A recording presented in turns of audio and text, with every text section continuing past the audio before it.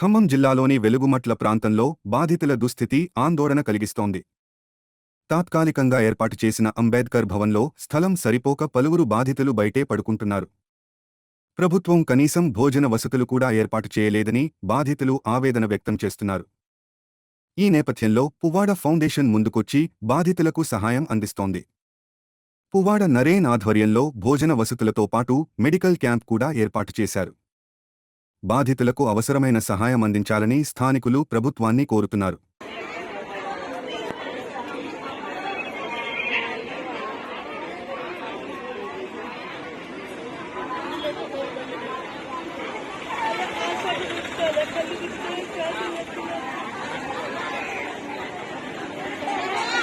ఇక్కడే పంపిస్తున్నారు డాక్టర్లు మొత్తం ఎప్పుడు మోకాలు అన్ని వాళ్ళు కూడా వస్తారు డాక్టర్లు కూడా వస్తారు వచ్చి చూస్తారు చూసి మందులు కూడా ఉచితంగా ఇస్తారు. సరేనా ఎల్లుండి పంపిస్తున్నారు.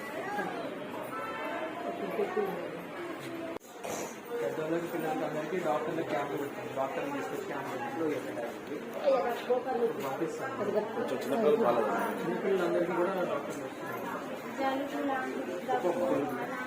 మందులు కూడా 7వ తారీఖు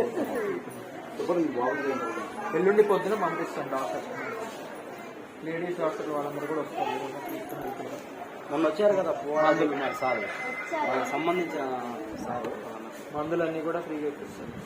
సరేనా మనకి ఫుడ్ పెట్టే సార్ మన సిస్టర్ సార్